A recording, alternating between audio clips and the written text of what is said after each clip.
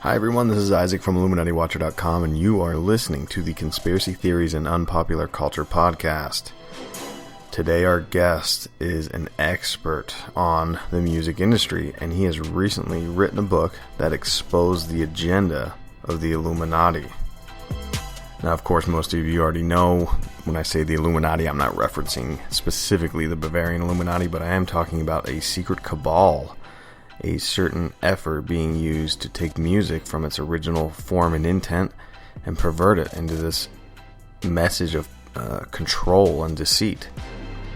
Our guest knows this more than anybody. He's been a DJ for several years. He's been all over the world. He's based out of the UK, and he recently took all of his music journalism and wrote a book called The Musical Truth, which he'll be talking about in this podcast. I know you're really going to love this.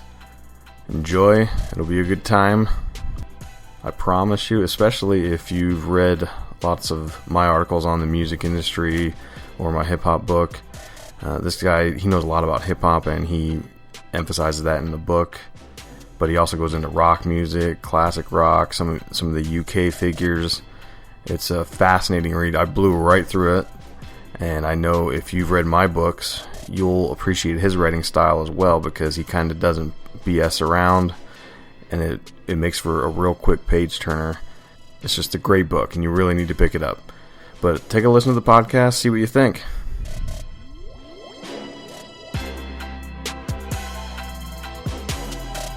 So Mark, how's it been going? Isaac, good to be with you, man. It's been busy, about to get busy. My book is now published. It's available via Amazon and other sources. And so I'm starting to do the rounds of radio interviews, and I'm about to go on a speaking tour as well, which is mainly dates in the UK. But I am coming to the US. I'm going to be at the Free Your Mind 4 conference just outside Philadelphia in April. That's the weekend of 15th to the 17th of April. So looking forward to getting back to the US. I don't get there often these days, but I'll have copies of the book with me there, and I'm doing a quick talk at the conference as well. So yeah, busy times, lots going on.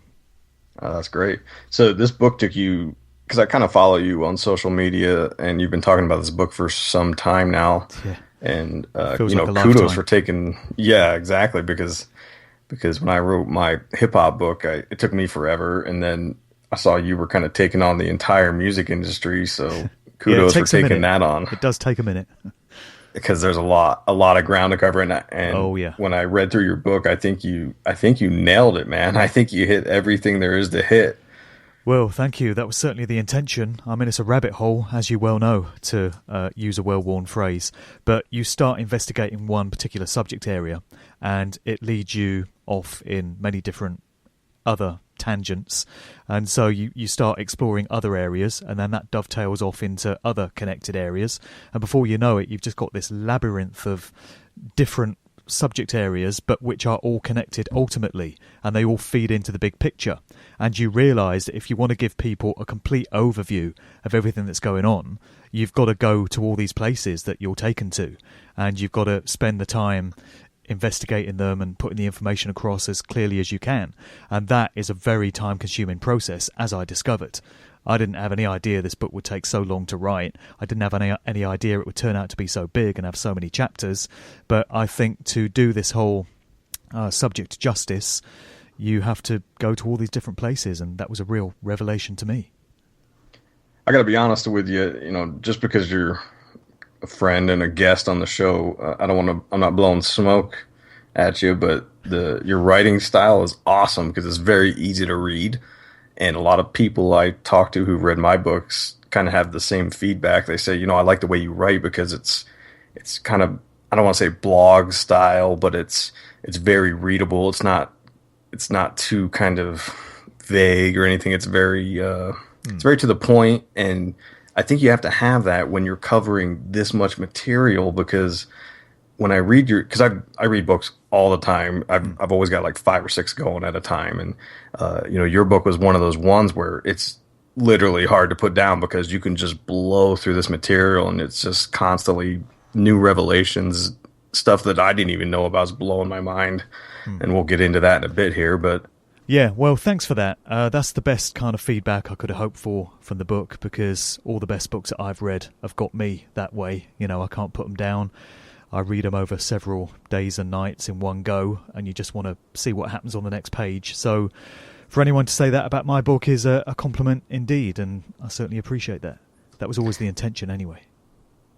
Yeah, I think you nailed it. The beginning sections, you kind of go through your awakening process. Yeah. And you list some of the same kind of pivotal figures that I've kind of attributed to help wake me up, David Icke and Graham Hancock and whatnot. Yeah. And I found it interesting that you also kind of dabbled in atheism a little bit. Oh, for sure. I went through a long period of atheism. I've been through different kind of belief systems in my life, really. I was raised as not really a Christian as such. I mean, my parents were never religious, but the schools that I went to were Church of England schools. And so they kind of foisted the Christianity thing on us. And we went to church at certain key points in the year. And we were taught all about Jesus and God. And we learnt certain biblical passages and stuff. And I just thought that was normal. I just thought that was a part of what you do at school. And once I left school, I didn't really have any kind of religious leanings at all. And something kind of happened to me when I was age 19, just about to be 20. And I started to feel differently about the world, and I started to feel like there were some truths that I needed to discover. And I couldn't work out what was happening to me. And looking back on it with hindsight, I think it was an awakening of the sort that I eventually received in 2010. But this was 20 years earlier. This was in 1990. And there was something about that year and those times that was really special. And a lot of people seem to have been tapping into it and picking up on it. I mean, if you read the books of David Icke, he talks about the fact that in March 1990, he had this experience where he was in the bookstore in the Isle of Wight, and he got guided to this particular book. And it ended up in him going to see this medium, and that just set him on his long path towards what he went on to do. And there are many other authors and researchers that talk about something in 1990, in those times, that they were kind of tapping into. It was vibrations, it was changes, you know. And I think I was feeling that, but I didn't realise what it was, and I didn't know what to do with it. And so the only kind of answer that was open to me was to go into the Christian church. And I had an aunt at the time who was quite a devout Christian. And I spoke to her about the way I was feeling. And she said, oh, you know, God's calling you. You've got to come into the church. This is wonderful. And so I allowed myself to be brought into this evangelical Christian church. And I stayed there for the next 4 years.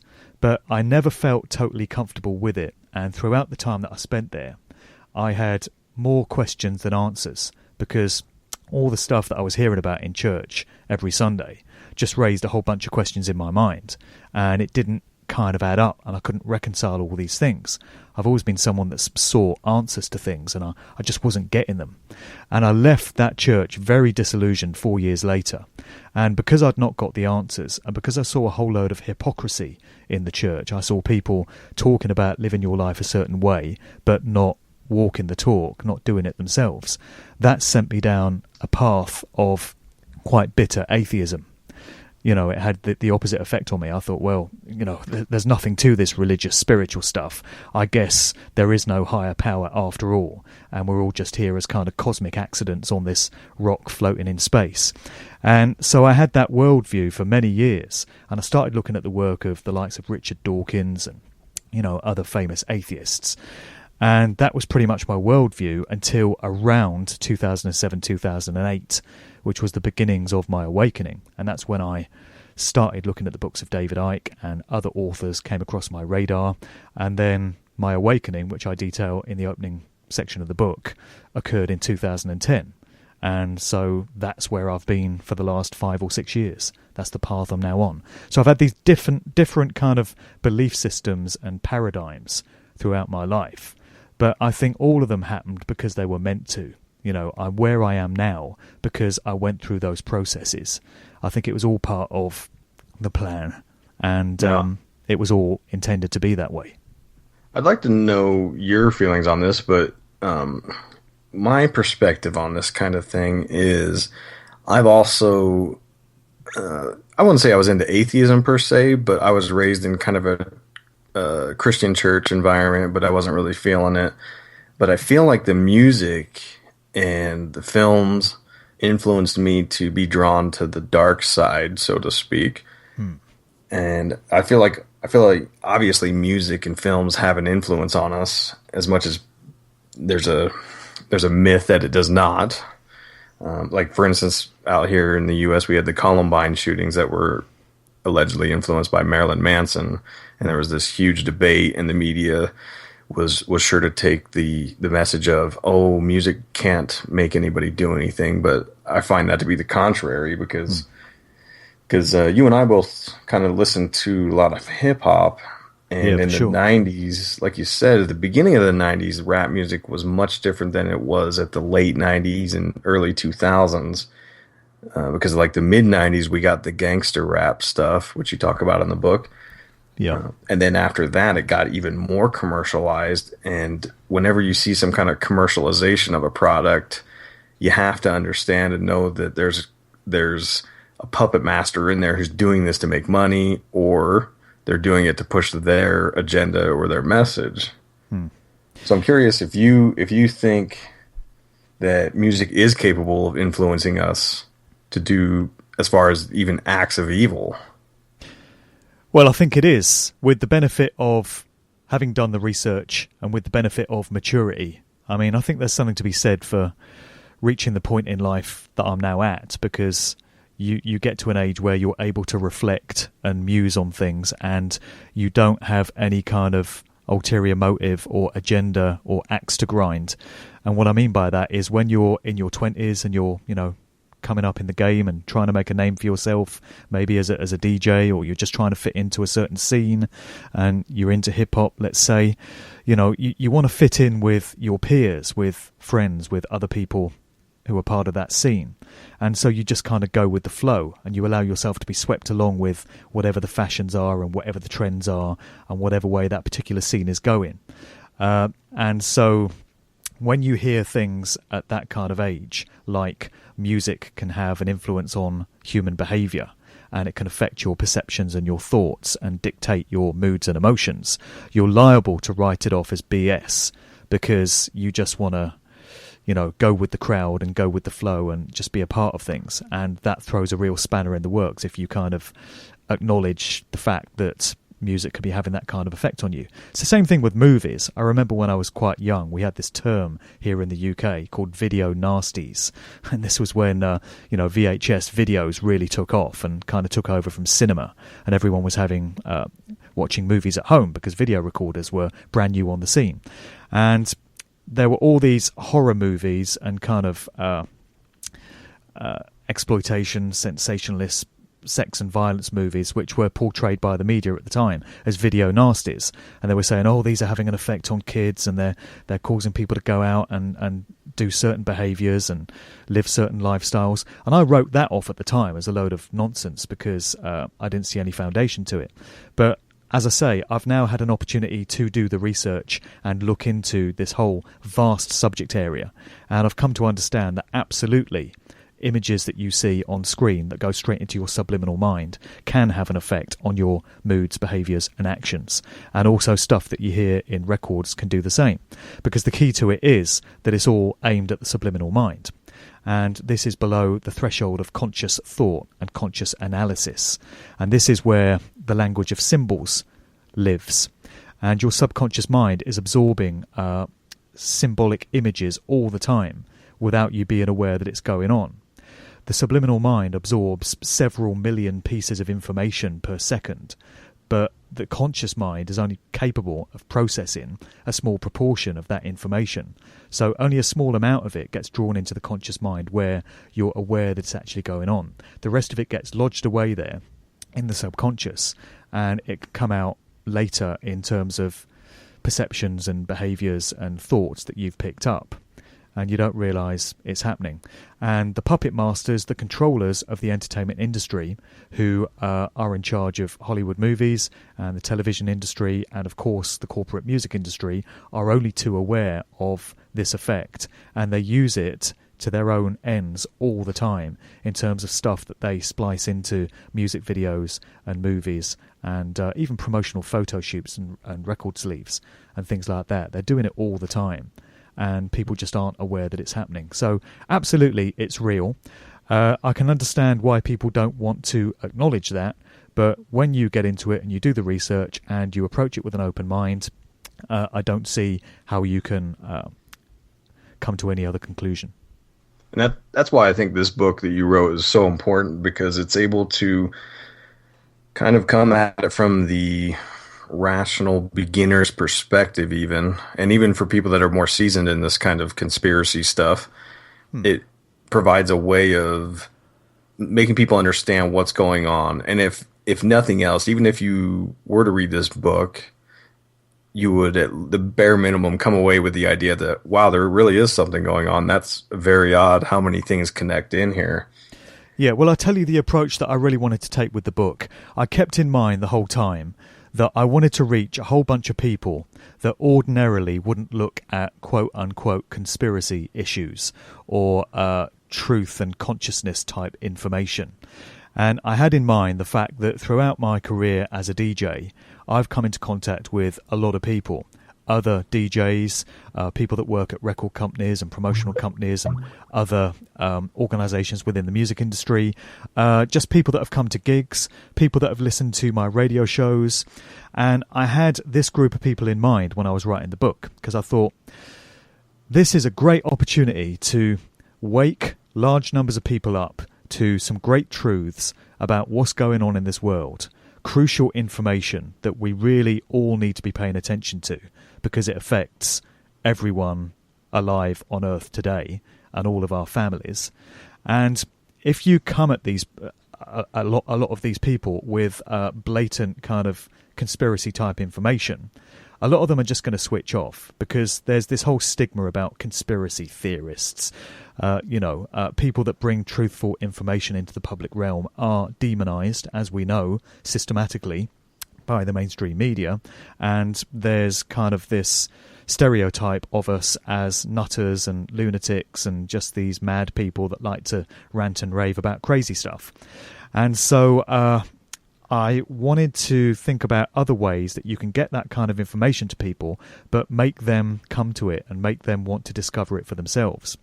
And talking about what goes on in popular culture, and particularly in the music industry, is a great way of showing how the stuff that is relevant to that scene ties into the bigger picture of what's really going on in this world and what this world is anyway. We get right down to the very nature of reality and how it can be manipulated and how everything is made up of energy and vibration and frequencies, but that's a very deep subject area for somebody to come into that has not studied it at all, So the way you bring them in is by talking about stuff that is going on in Jay-Z videos and Kanye West videos and stuff that's happening with Rihanna and Beyoncé. And so you can get a whole generation of people that are interested in these artists. And the minute you mention that there's some dark occult satanic stuff going on with their videos and their music, that is going to make people's ears prick up and it's going to make them pay attention. Even if their first instinct is to say, you're talking bollocks, mate, this is all rubbish, at least you've engaged them into looking at it. And there's a chance that they might look at what you've got to say and then be led into other areas of discovery. And it's not just that generation and those names that it can have this effect with.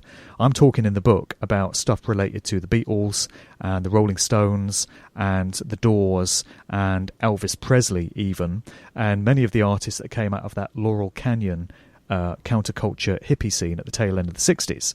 And, I'm mentioning John Lennon and Bob Marley, Jim Morrison, Jimi Hendrix, Michael Jackson, Whitney Houston in the section where I go into strange deaths of rock stars. And so there's something for every generation there. There's something for people in their 60s and 70s that remember the 60s and the Beatles and stuff. And they're going to want to find out more once you kind of pique their interest with the odd little soundbite here and there. So the intention always was to draw people in with the music industry stuff in recognition of the fact that everyone loves some kind of music. Everyone's got some favourite artist. And, you can show how pretty much every scene that there's been on both sides of the Atlantic is a part of the agenda that I'm discussing in the book. And then once you've got people on that basis, hopefully their natural curiosity will lead them into wanting to know how it dovetails and fits into everything else that's going on. And that's something I've attempted to do in the book. And that's one of the reasons why it's so bloody big.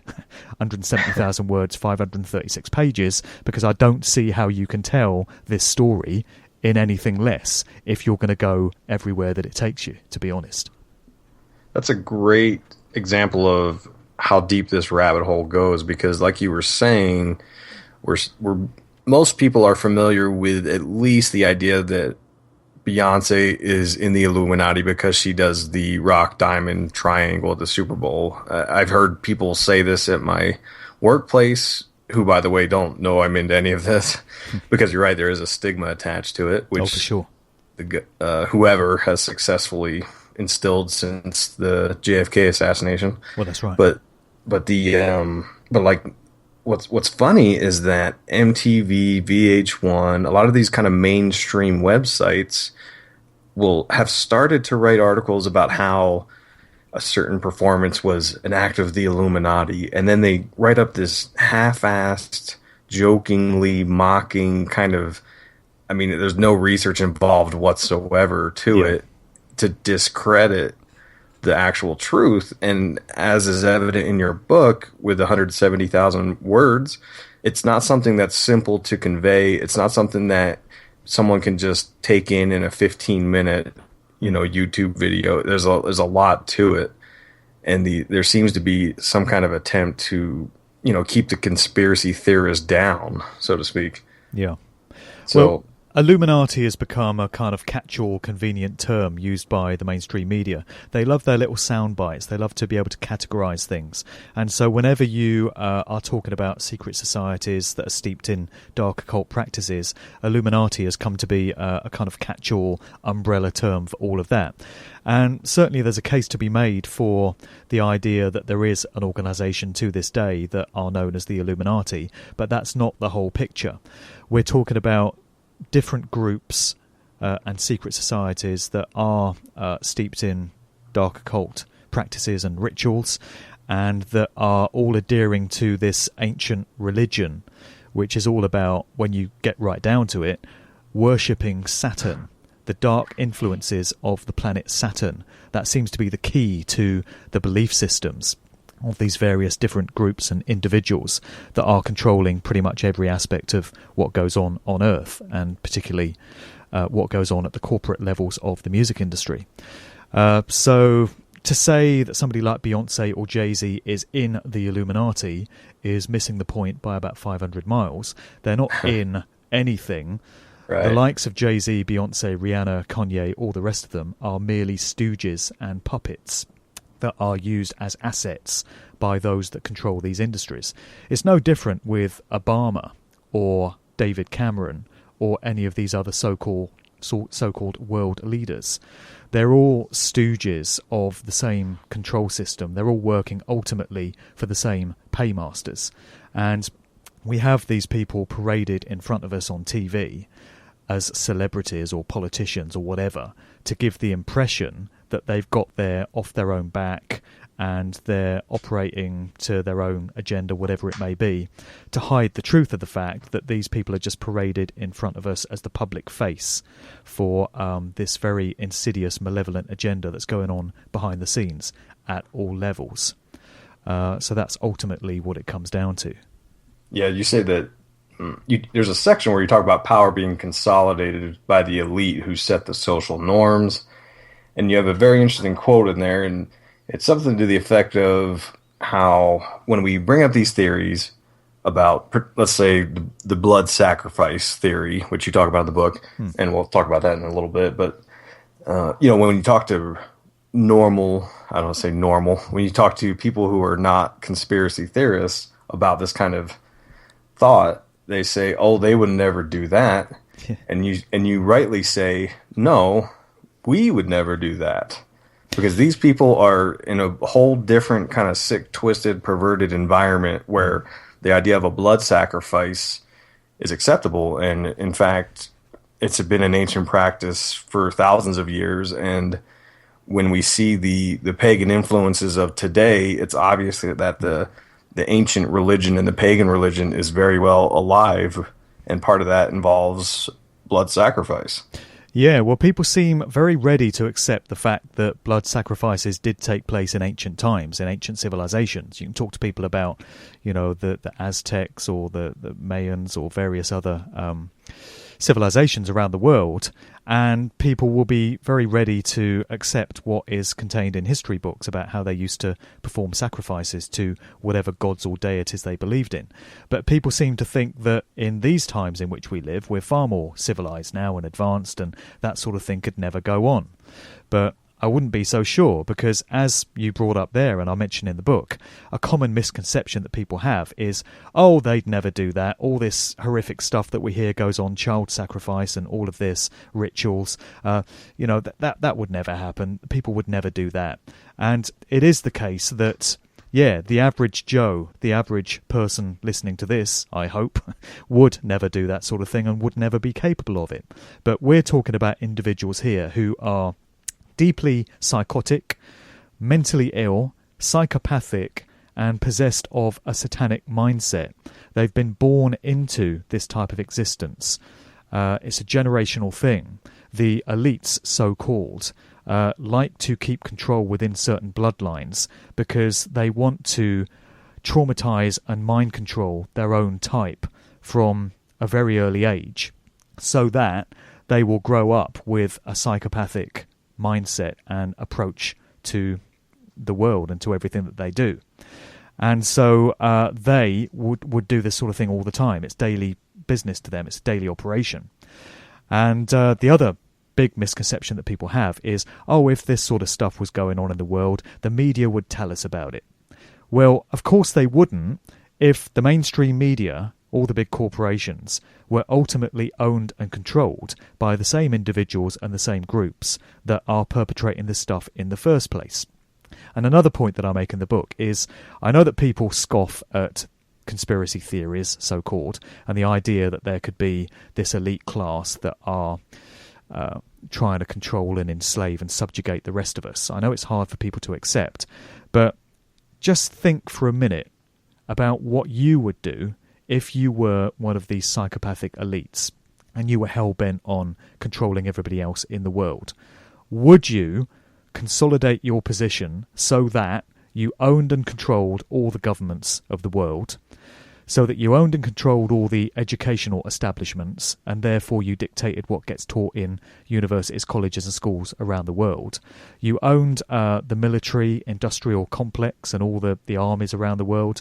You owned and controlled all the big corporations, particularly the food and drink corporations, and not forgetting owning, controlling and directing the entertainment industry. Hollywood movies, TV programs, TV news, so-called, the mainstream media, and of course the corporate music business. Would you want to do all that if you wanted to control everyone on Earth? I think you probably would. I think that sounds like quite a plan. So why then is it so difficult for people to accept that that might just be exactly what has happened? And another sort of debunk that I discuss in the book as well, when people, because I come up against this all the time from people in everyday life that don't want to acknowledge that there's any kind of horrible, unpleasant, unwelcome stuff going on in the world. It's far easier just to labour under the delusion that everything's basically fine, everything's okay, the world is normal, and we can all carry on as we are. It's very difficult for people to want to rock the boat by acknowledging that the world could be slightly different to that. But something that I often say to people is, okay, I know you don't believe that any of this stuff is going on, but if it did, and if there were an elite class of psychopathic satanic controllers that had designs on enslaving you and your children, would you want to know about it? And the majority of people that you say that to, I would suggest, would come back at you and say, well, yeah, of course I would want to know. So then you go on to point out that is exactly what is going on right now in this reality, and it actually is affecting them and their children. They've just said they would want to know, so you're telling them it's happening, and they're still not having it. They'll still come back at you and say, oh no, that sounds a bit far-fetched to me. That doesn't sound right. That can't possibly be happening. People reject things on the basis of whether it sounds right or not. Right, and that is cognitive dissonance you talk about in the book. It's the idea that these people, they're loyal subjects to the celebrities, and we all know that they call them idols and gods, and people act a damn fool when they see a celebrity that they worship. So they can't buy into that. They can't correlate that maybe that person that they worship and adore might not have their best interests in. Yeah. It's bringing everything down to the personal ego of that individual, as if that's the ultimate arbiter of all truth. If they themselves, that particular individual, out of all 7 billion souls on the planet, don't believe that something could be true because it doesn't sound right to them, then that's it. That's the end of the debate. That's the truth as far as they're concerned. They're reducing everything down to what their own ego believes and thinks sounds appropriate, which is ridiculous when you think about it. You have to do the research. You have to look at the information. Now, I don't mind somebody coming to me, having looked at all the information I've put out, and debating certain points with me and saying, I don't agree with you with what you've said about Paul McCartney or the Beatles. I don't agree with you with your analysis of this Jay-Z video. I don't agree with what you have to say about Kanye, and here's why. Here's what my research has thrown up. Here are some points that I have some problems with. I don't have a problem with that, because that individual has looked at the information and has taken the time and trouble to actually study it, and hopefully has done so with an open mind. What I can't abide, and I'm sure it's the same for you and many other researchers that work in this field, is when you put information out there that you yourself have researched, you yourself believe to be true to the best ability that you have to think that way, and yet people just rubbish it immediately without even looking at what you've got to say, purely because it sounds ridiculous. And they won't engage in a debate with you because they don't want to be troubled with things like information and facts and evidence, but they'll just brush it off and not consider that it's something they want to look at, because to acknowledge that it is true would shatter their paradigm, and it might actually cause them to have to reassess their view of the world and their place in it. And a lot of people, it seems, just don't want to go there. It seems that people are either cut out for handling the truth or they're not. What's that famous line from the Jack Nicholson movie where he says, "You can't handle the truth"? Mm-hmm. It seems, you good man. Yeah, exactly. It seems that is the case when it comes to so much of this information. So it seems to be, Isaac, that there are many people that just will not embrace truthful information in this lifetime because they're just not equipped or built or willing enough to take it on board. And there are other individuals that do want truth, and when they're led to certain information, it will resonate with them and they will want to know more.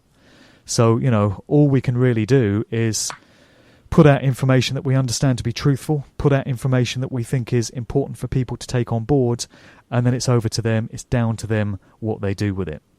And we're battling the same thing here, you and I. We both, because you made mention of this particular thing in the book, and this is something I've been researching pretty heavily the last maybe 6 months to a year. It's this dogma of science. And I actually, I've got a master's in science, so like science and engineering is my thing. But the truth of the matter is we've got this culture now that says, well, if you can't scientifically prove something to me, it doesn't exist. Yeah. And that couldn't be further from the truth, because in science we learned a lot about like the evolution and revolution of theories. And the way it works is we just saw this happen with Einstein's gravitational waves being proved as true. What that did was that shattered part of Isaac Newton's theories of gravity by proving Einstein's theory of relativity. So you see, the thing keeps tweaking, which tells me that science, where it's at currently, is not the absolute truth. It will always keep evolving. And people kind of, in their head, they can't get in modern day times, if you can't prove it scientifically, they don't think it exists, which is part of the agenda, is to destroy spirituality and the idea that being of a hidden realm, which is ironic because a lot of these occultists like Alesteir Crowley and Kenneth Anger, which you talk about in the book, they believe wholeheartedly in this kind of extraterrestrial, otherworldly, dimensional entities, and it's part and parcel to the occult agenda. But people, it's almost like they're dangling the carrot over in one direction while they're practicing ritual magic on the other. Yeah, well, scientism is another religion, and it's linked to atheism. And if they don't get you one way, they get you another, which is something I also get into in the book. You know, the controllers that have been running the show in this world for far too long have taken over and hijacked all the main world religions, and they've steered them off in a certain direction. And as far as I can tell, all these major world religions that we're all familiar with, whether it's Christianity or Islam or Judaism or Hinduism or Buddhism or anything else, at their core, they all have great spiritual truths and understandings about the true nature of the universe and our place here. That's the common core of all of them. But over vast periods of time, each of them has had a whole load of dogma attached to it, and rules and regulations about what you can do, what you can't do, what's allowed, what's not. And it's been written into the various holy books, and it's been seized upon as a method of controlling large numbers of people by, you know, certain political systems and certain organisations that have come to take over these religions. So there is some great spiritual truth at the very core of all of them, as I say, but they've been steered off in a certain direction. And the reason they've done this is because they recognise that there's this innate leaning within the human soul and the human psyche towards spiritual understandings, and we are kind of equipped and conditioned to seek out spirituality and to explore it while we're here in human form. So that's the reason they've co-opted and controlled all these religions, because they want that seeking of spirituality to be under controlled conditions, with them doing the controlling. But they also recognise that there are many people that will reject all this stuff, and they'll get sent off down a path of atheism instead. And that's exactly what happened with me. You know, it was a kind of rebellious reaction on my part to all the hypocrisy that I thought I'd seen in this Christian church that sent me off on the path to atheism. And for people that choose to go down that path, they've got them as well, because that's where scientism comes in, and that's where the Richard Dawkins brand of atheism, you know, there is no higher power, we're just here to make the best of it for ourselves. That's where all that comes in. So that's why I say if they don't get you one way, they get you another. But what I really love is when you've got people from scientific, academic backgrounds that have all the qualifications, and they went to university and stuff, but they are actually prepared to use all this, all their analytical capabilities to look into truth and to go wherever it takes them with an open mind. And I get into the subject of the replacement of Paul McCartney, as people may be aware. Bit of a hobby horse of mine. It is mentioned in the book. There's about 12,000 words on the subject. No, 15,000 words, actually. I think you just got to that chapter.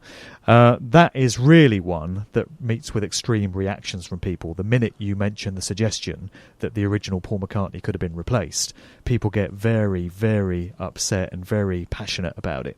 But nevertheless, you know, I would invite people to read what's in the book, and I'm far from the only author and researcher that's got into this subject area. And the reason I mention it is because there's a guy in the US who I'm sure many of your listeners will be aware of by the name of Professor Jim Fetzer. And he's a radio show host and, you know, a writer and researcher now. And he was formerly in the US Marines, and he's also got a strong academic background as well. And he is one of the most vocal proponents of the idea that the original Paul McCartney was actually replaced. And he put out a book a short while ago called And I Suppose We Didn't Go to the Moon Either, where he's collated a number of essays about various conspiracy theories, so to speak. And then there's a guy in the UK by the name of Dr. Nick Colostrom.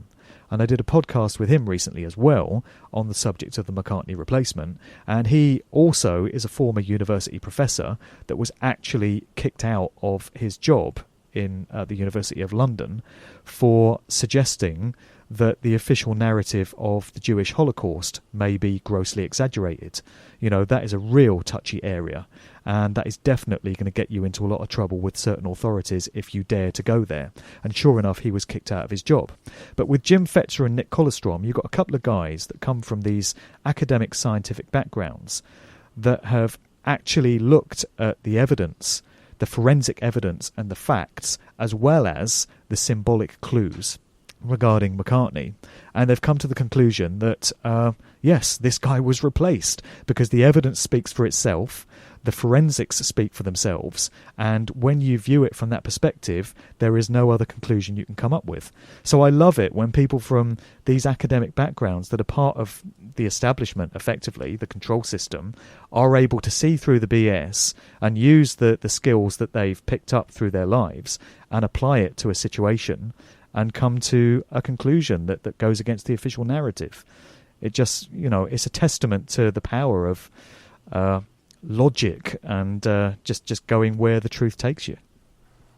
In the book, you start out with basically the beginning of pop music with the Beatles, like you mentioned, and it kind of transitions through to all the way up to modern times, and you dabble into rock music, hip-hop, mind control, predictive programming, sort of every kind of theory that's out there surrounding these things. And what I really liked was the sections where you're talking about the artists from the UK, because I'm from the US and I'm not very familiar with some of these artists and celebrities that you've pointed out their tie-ins with, like, kind of a pedophilia rings. And as disturbing as it is, you know, you drop the names like Jimmy Savile, who I was familiar with who that is, but it's not a household name particularly in the U.S. Right. You kind of go through his background and link him in with this kind of spider web that includes Simon Cowell, who I'm also familiar with. Yeah. But you go to the heavy hitters. You talk about the Beatles, John Lennon, Elton John, The Who. And that whole thing was fascinating to me, because I'm not familiar with those theories. I've heard them I've heard in passing about how Paul is dead, but I didn't know much about it. So you gave me an awesome springboard from which, you know, the reader can take and kind of delve into the thing. But you go into the Paul conspiracy pretty heavy. Yeah, pretty much. And so that must resonate with you. You think that Paul is not dead then? Yeah, I remember hearing this particular one years and years ago, probably 25, 30 years ago, and like most people, the minute I heard the suggestion that the real Paul McCartney was dead and was replaced by an imposter, I just wrote it off as complete nonsense. Can't possibly be true, sounds ridiculous, don't even give it any further thought. And I remember at the time, somebody had mentioned that the sleeve to the Beatles' Abbey Road album, with the Beatles walking across this zebra crossing and Paul being barefoot in this shabby sort of loose-fitting suit, was symbolic of the fact that he was a corpse, and this was what was trying to be conveyed by this album sleeve. And I wrote it off as ridiculous. But when I started researching the information for this book, and this started about 5 years ago, this particular conspiracy theory came back across my radar, and I was able to look at it with fresh eyes and from a renewed perspective, and with an understanding of many other things. And the two main things that I bore in mind throughout were the fact that the controllers that we're talking about, that run these industries and everything else, love their symbolism. And one of the things they seem to feel the need to do is to place representations of what they're doing right there in plain sight. They do it in veiled, coded form. They do it using symbolism and using numerology. And it's only really those with the eyes to see that understand the language of symbolism that are going to be able to interpret what's being put across. But nevertheless, they still feel the need to convey this information in this way. And when you understand that this is a central tenet of what they do, and when you also understand that, unfortunately, I wish it was some other way, I didn't create this, I'm just commenting on it. Unfortunately, these individuals and these groups, their activities are steeped in various dark occult rituals, and that includes sacrifices from time to time. And when you bear these aspects in mind, you're able to address this whole subject area from a very informed perspective. So that's the thing with the McCartney replacement. Well, you said something interesting about John Lennon that I didn't. Like I said before, I'm not super well versed in the Beatles and their history, but he left a quote that said, "Only queers and Jews can get on in showbiz," and that's interesting coming from the guy who was, such a hippie and kind of had these kind of peaceful notions about the world. For him to say something like that, I feel like that must have been must have left a bad taste in his mouth for some reason. Well, that's a quote that was attributed to Lennon. There are many other fascinating quotes that he came up with. One of them was when he said there are only 100 people in the world that understand our music. And he said that at the point that the Beatles' Sgt. Pepper album was released. And the sleeve to that is one of the most enigmatic and fascinating record sleeves ever. You could spend days analysing the artwork to that and what's trying to be symbolically conveyed through it. And I think in 1967 there probably were only 100 people in the world that would have understood all that stuff. But here we are 50 years later with the internet and with the availability of information and with a great understanding of symbolism and the workings of the dark occult and what's really going on in the world. And I would suggest there's rather more than 100 people now that are starting to understand all this stuff. And, it's probably up into the hundreds of thousands in terms of who can understand what's being conveyed with this stuff. But just taking it back to that quote from Lennon, when I started looking at the early days of the music industry, when I first started researching this stuff, I got pulled into it, to be honest, with all the Jay-Z and Kanye and Beyoncé and, Katy Perry and Miley Cyrus and Britney Spears. And I did tend to think that it was a fairly modern phenomenon. It was a product of the 2000s, all this dark occult stuff that was going on, or these indications of the music industry being utterly controlled by these sinister corporations. I did make the mistake of thinking it was a relatively modern thing. But the more I looked into it, the more I realised it just goes way back to the very early days and the very foundation of the music industry on both sides of the Atlantic. And, it ties into the early years of Elvis Presley, and on the British scene it goes right back to Cliff Richard. There's a name we can get into, and the Beatles. And there was this fascinating article that I came across, which was written by a former British intelligence operative who went by the name of T. Stokes. And it was expanded upon by a British writer by the name of Chris Spivey on his website. And this article is just this amazing interconnected labyrinth of links between prominent music industry artists of the 1960s or the 50s and 60s and prominent MPs of the time, establishment figures, the Cray twins, these notorious gangsters from 1960s London. It ties into paedophilia, it ties into ritual sacrifice, it ties into satanic ritual abuse. It goes right up to the very highest levels of the establishment. And this guy T. Stokes has weaved together all these different threads and showed how all these different characters are ultimately connected in a synchronistic way. And the common threads throughout are always links to military intelligence, such as MI5, MI6, and other Secret Service organisations. Links to paedophilia and child abuse, which is an ever-present spectre in the early days of the industry. Individuals who refer to themselves as Jewish. Now, I know the minute you start talking about that, some people's antenna will go up and they'll start saying, oh, he must be anti-Semitic if he's talking about Jewish people.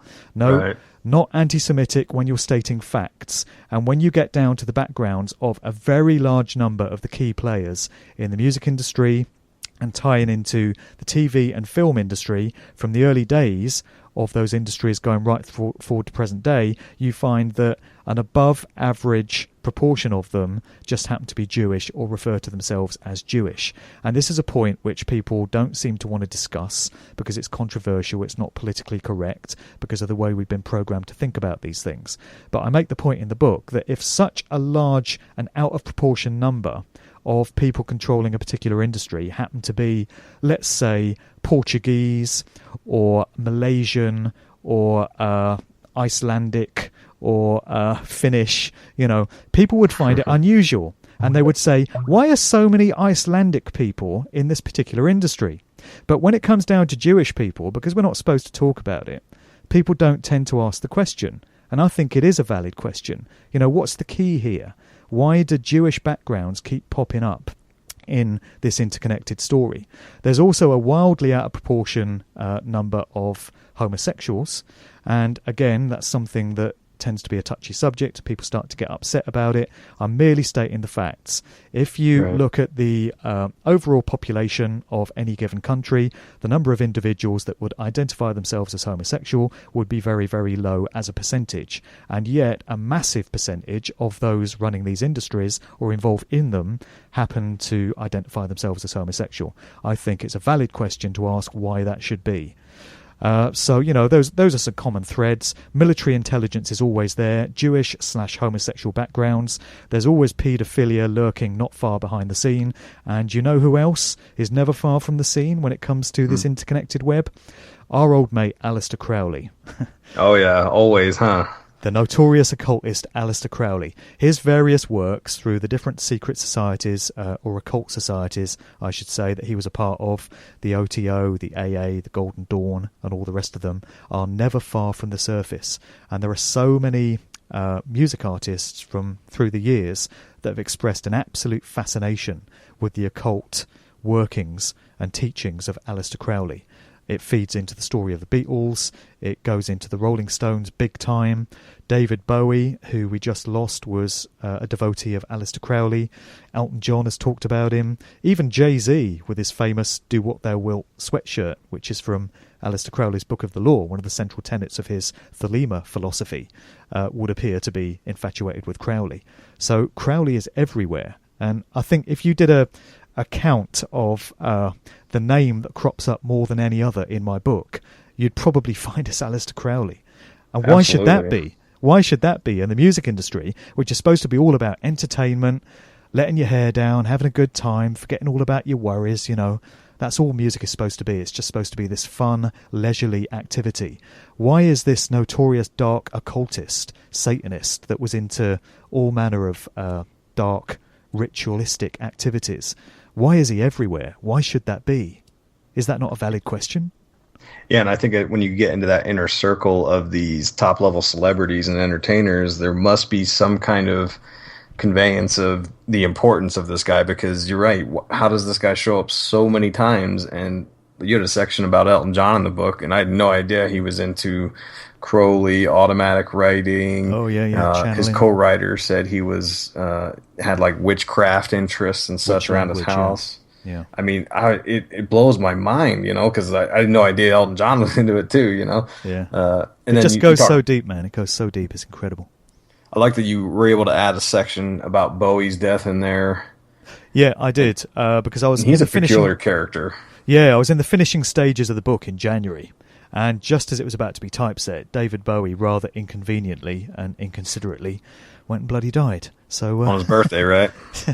Or did he? That's a whole thing. Yeah, that's kind of like the avenue I want to start exploring, is if he really died, because I was talking with Jay Dyer yesterday, and I guess he died on his birthday, and I was curious. It was two days after, I think. Oh, 2 days after, okay. And it was curious that he releases an album. I mean, he releases an album every few years. Like, he's stayed pretty relevant. But he did just release an album that shot to #1 the second he died. And it's not far from Bowie's kind of mode of operation to maybe play a prank on us like that. And in his final video, it kind of suggests that he's been ascended into some kind of higher form of occultism. Yeah. Well, there's the Black Star video, of course, and the song Lazarus, which appeared on that Black Star album. And researchers have done acres of analysis into all the dark symbolism that's involved in that. There's a great piece on Vigilant Citizen that goes into it. But for me, the most fascinating aspect of the story that we got of Bowie dying back in January was, I don't know if you guys saw this, but on Sky News, which we got here in the UK, the morning after Bowie had apparently died, on this Sky News bulletin, they wheeled out this character by the name of Jack Stephen. Are you familiar with this? No, I'm not. Okay. Well, they wheeled out this guy who was said to be a long-standing music executive, and he's said to have been involved in A&R for various artists over the course of the last 45 years. And he was the CEO of a company called Fortress Music in London. And Fortress Music certainly does exist. You can check that out. And Jack Stephen was presented as an A&R guy that used to know Bowie and had extensive dealings with him in the industry over the years.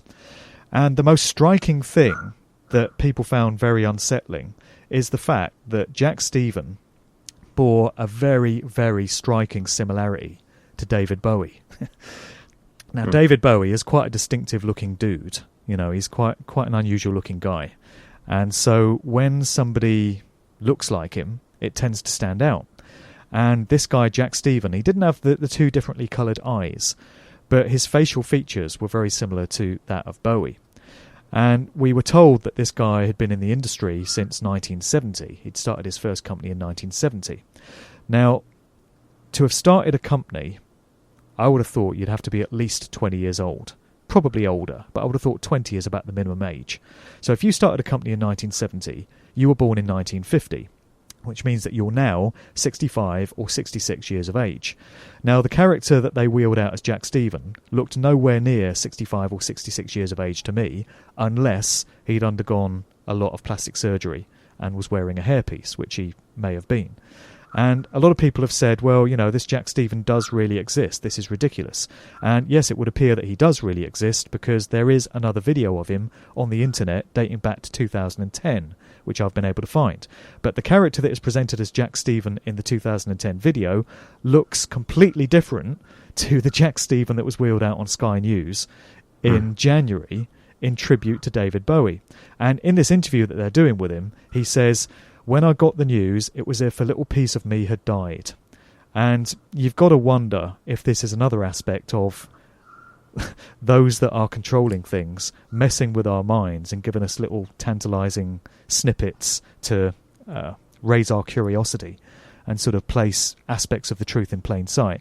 So a lot of people have speculated on whether David Bowie did in fact die and whether he might still be around, who this Jack Stephen individual is, why he looks so different to what he used to. You know, I can't say for sure what happened, and I'm not going to come out and make any bold claims about this one because I can't prove it. And if I can't prove something, I don't like to come out and say that it was definitely the case. But by the same token, you get people... I mean, with the Paul McCartney thing, for instance, I can't come out and say for definite that a replacement took place. I can say that all of the evidence points to the fact that it did, but I can't actually prove that it did. And so somebody saying, that's bollocks, that's rubbish, it can't possibly be true, they can't prove that it didn't take place. You know, the absence of proof is always there. So that's why it's so difficult to come out and make bold claims about these things, unless you can absolutely prove it one way or the other. So, you know, with this whole David Bowie thing, I can't say what went on there, but anything seems possible. And many are speculating on the fact that perhaps he didn't die, perhaps his public persona was retired and he's slinked off into the background somewhere. I mean, we've heard this before. We've heard this with Elvis. There were claims that Elvis faked his death.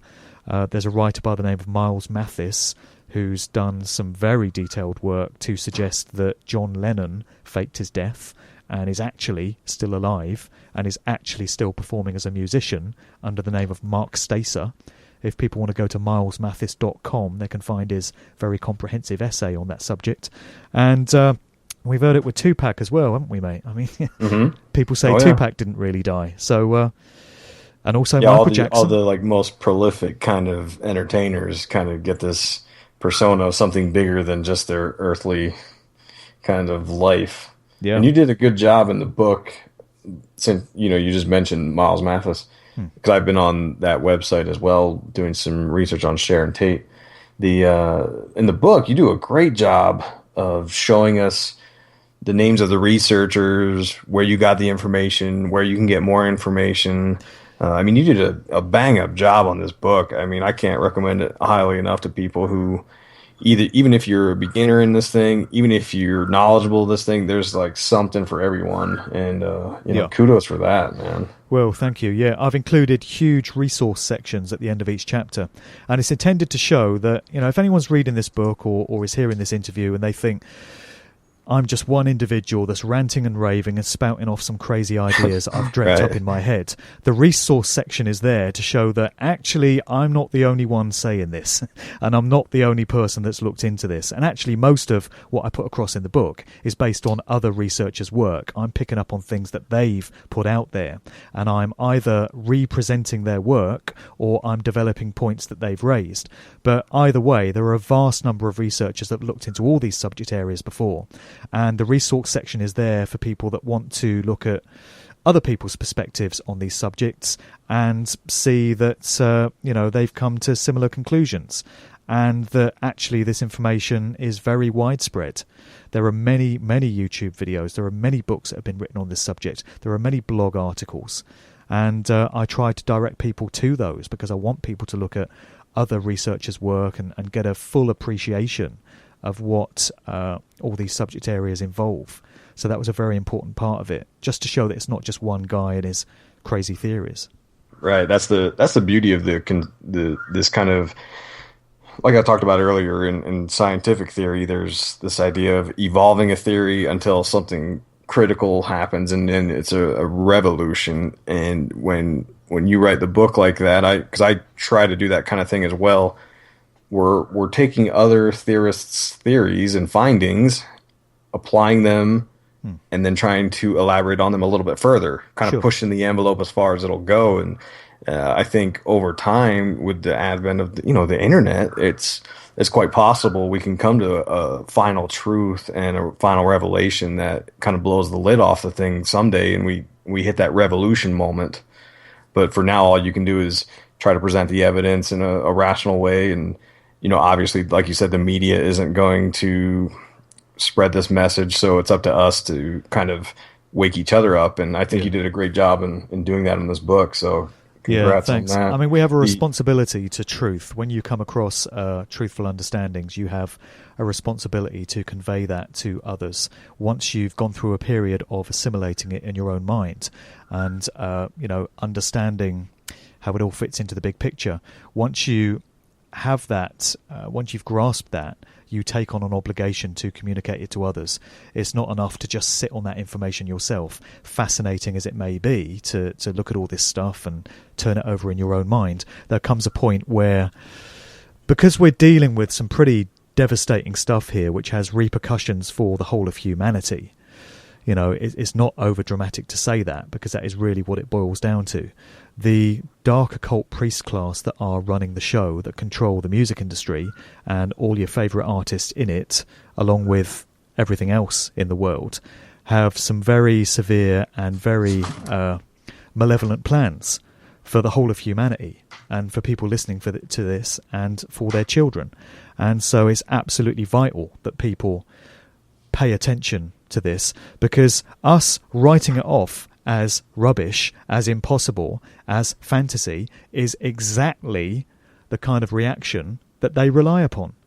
You're playing right into their hands when you won't even look at the information. You just think, it sounds ridiculous, it can't possibly be true.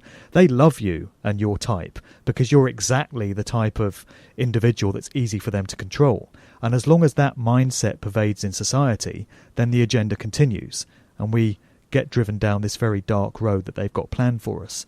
So, you really do owe it to yourself, anyone listening to this, to at least look at the information that's being presented by not just me, but many, many other people out there. And a point I want to make, Isaac, is the fact that I'm doing this reluctantly, to be honest with you. I don't really want to be doing this. There are other things that I would rather be doing with my life. When I think back 10 years ago, I was a DJ, I was on the radio, I was doing gigs, I was traveling around the world, I was loving life, I was having fun, I was enjoying the music, I was blissfully ignorant of all this dark stuff that's going on in the world. But I got led to it, and I came to those understandings, and now I realise that I'm obliged to do whatever I can to communicate this information to people, as everyone is when they come to it. But I would prefer that this wasn't the case. I don't want all these artists to be controlled in the way they are. I don't want all this occultic, satanic imagery to get put into videos. I don't appreciate the way so-called hip-hop has gone, the way it's become degraded, and the lyrics are all garbage, and it's so retarded now, the whole thing. I wish it was different. I wish it was another way. I wish I didn't have to put this book out. I would prefer not to. Because people say, oh, you just love being controversial. The reason you do this is because you like being rebellious. It's not the case. There are so many other things I'd prefer to be doing. People think that researchers in this line of work do it because they find conspiracies exciting and titillating and it gets some attention. They're attention seekers. And that's not the case. Certainly not the case with me. So, right, I concur with that, because when I first started, I was one of those that found the theories fun and interesting, and I still do to an extent, but when you start digging in and you start accepting that this thing is happening, it starts to become kind of a dark monster that you've looked at it in the eye, and now you can't go back. And it's a bit more than a hobby. Right, it kind of consumes you, and you got to be careful because you have to balance your personal life out. Because you're like myself. We've both got our own thing going on besides this kind of conspiracy persona. Yeah. And when I was researching for my Charles Manson book, for instance, I feel like that touches in on some kind of source of evil, because I constantly start it, and I've got to just unplug from the thing and take a step back, because I'll start getting these crazy nightmares and just weird kind of evil presence. Yeah, that can very easily happen. And you kind of, and speaking of Manson, I feel like the 60s was a pivotal moment in this whole agenda that kind of took it to another level. And you make some interesting points about Lucy in the Sky with Diamonds, and you talk about it being a reference to Lucifer. Is that right? Well, other researchers have suggested that Lucy is connected with the word Lucifer, as is Lucas, when you get down to that particular name, as in George Lucas. And you get into all kinds of synchronistic and synchromistic links, particularly with that late 60s period, which, like you, I find absolutely fascinating. And if I could get in a time capsule and go back to any particular point in time and witness it, I would probably choose the late 60s, because I just missed it. But I think to have been in Haight-Ashbury, San Francisco, or Laurel Canyon, Los Angeles, between sort of 1965 and 1969 would have been an absolutely fascinating experience, because you had the explosion of LSD on the scene, and it coincided with the sort of hippie movement that emerged at that time, and the whole counterculture, anti-establishment aspect of society. And then there was lots of talk of the age of Aquarius at that time, with the musical Hair that came out in 1969, with the song talking about Aquarius. And there seemed to be lots of... And then there was a whole Charles Manson thing, the Manson family murders. And there were all these kind of metaphysical, spiritual, dark occult connections with those times. And it fed into the music, because all the music started to get psychedelic around that time. The music of the Beatles changed from sort of 1966 onwards. And then you had all that scene coming out of Laurel Canyon with the Doors and Frank Zappa and Mamas and the Papas and all that stuff. And again, there's loads of synchronistic links there, because Charles Manson crops up everywhere. It's just like Alesteir Crowley. When you get into the backstory of the US industry, Manson ties into the Beach Boys, and there's links to the Beatles track Helter Skelter. And then there's synchronistic links there with the paedophile film director Roman Polanski, and particularly his movie Rosemary's Baby, which was all about high-level Satanism. And I would suggest is a metaphor for what really goes on in the world, presented to us as a fictional movie, but in actual fact, once again, placing the truth in plain sight about what really goes on. And, links to John Lennon and Mia Farrow's linked up in that whole thing. And, yeah, it's just incredible, man. That was just a fascinating period. And, again, there are links to military intelligence when you really get down to it as well. Because people can look back at that period and they can consider it to have been organic and grassroots and something that just developed by itself.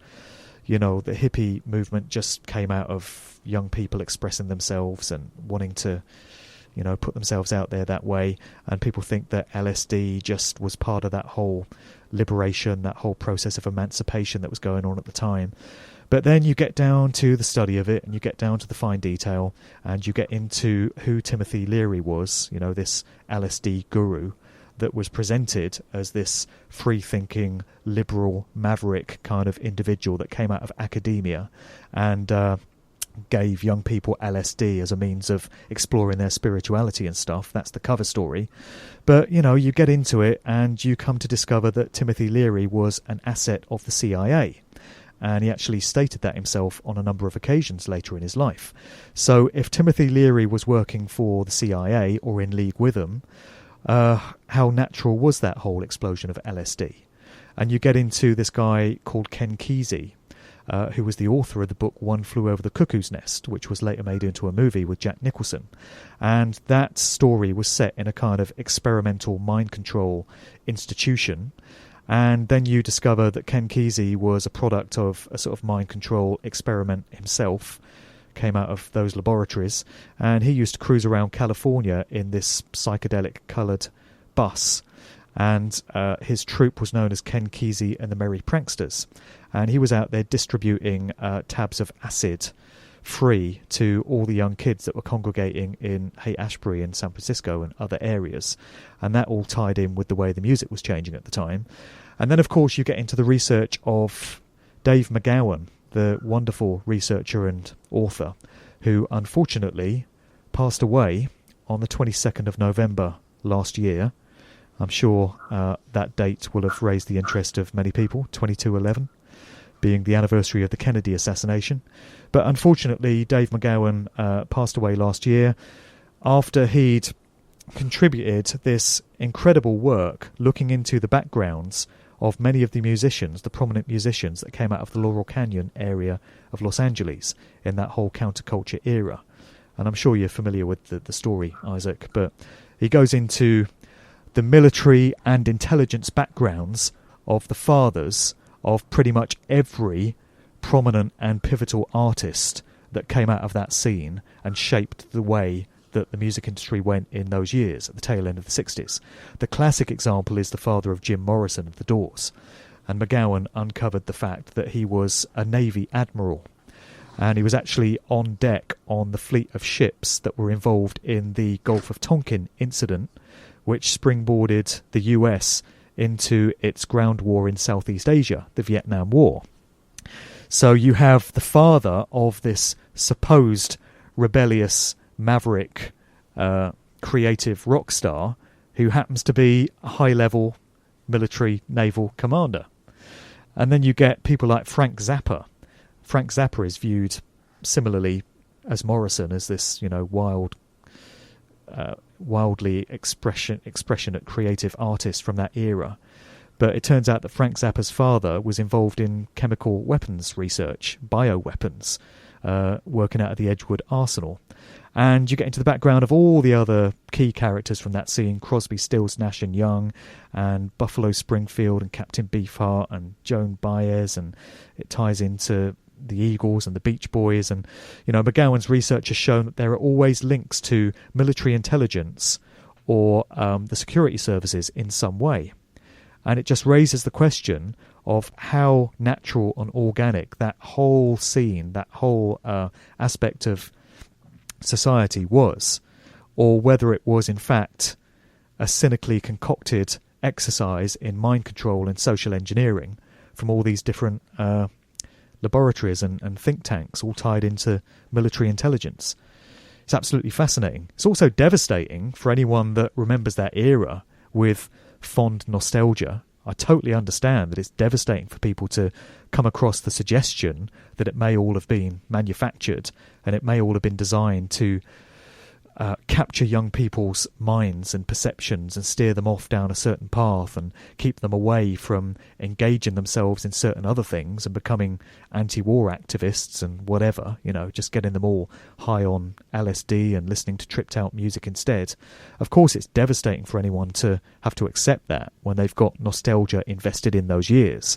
But again, it's not a story that I would choose to tell. I'm just telling it because it's there to be told, and I'm someone that likes to put truthful information into the world the best I understand it. The facts are there, the evidence is there, the information is there. McGowan left a great legacy behind in his work, which has been hugely revelatory to many people.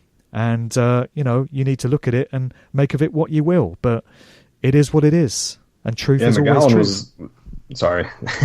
McGowan's kind of like most of us theorists, where they juggle a day job with this side hobby, and you feel like it becomes less of a hobby and more of a duty.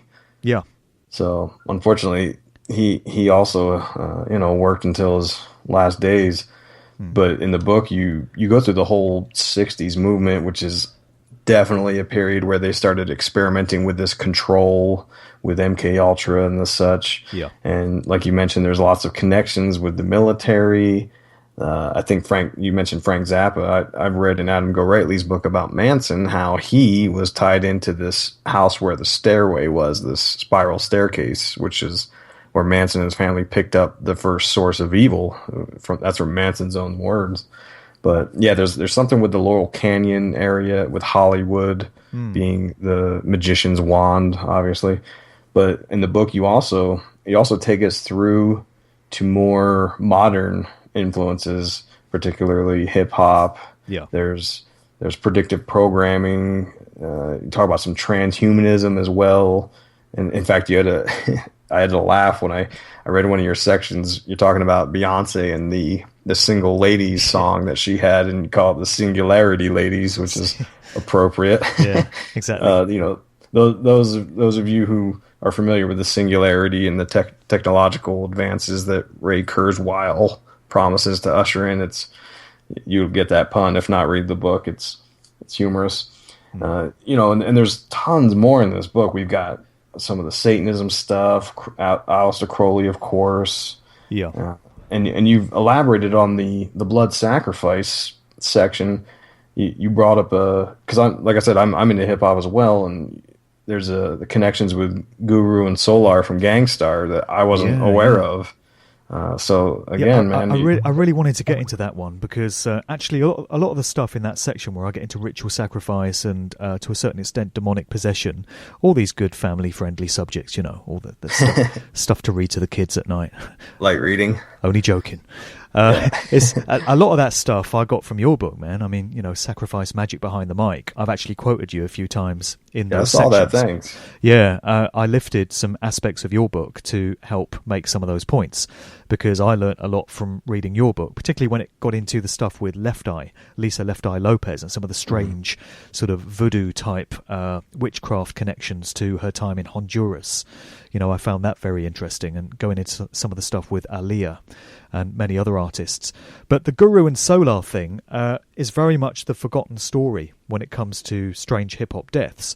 People have spent years analysing the circumstances behind Biggie and Tupac, and people get into what happened with Jam Master Jay and Old Dirty Bastard even. I know you mentioned him in your book, and I've referenced that. But you hardly ever hear anyone talking about Guru and Solar. And this is pretty devastating in itself because Guru was one of my favourite hip-hop artists, one of my favourite MCs. He was a very gifted lyricist, and he made some very potent observations in many of his lyrics. I just loved his flow and his overall tone and his overall feel, as many hip-hop heads did. He was he had an iconic voice that was unmistakable. Yeah, he was a real head's favourite. You speak to hip-hop purists, and most of them loved Guru. And the stuff he put forward on Moment of Truth, the lyrics on that track Moment of Truth, were just absolutely bang on the point. And he also put out a track called Conspiracy back in the early 90s, where he's talking about this malevolent control over the music industry, and specifically this agenda to subjugate black people and to degenerate black culture. And I go into that in a whole chapter as well. There seems to be a particular war on black people and their culture and their heritage. And there's been great efforts taken to suppress that and just degrade it and, completely corrupt it. And I go into some ways in which that is done. But it was very upsetting for me to hear of the demise of Guru, because it happened in very strange circumstances. He got ill and he slipped into a coma. And for many weeks in hospital, he was just lying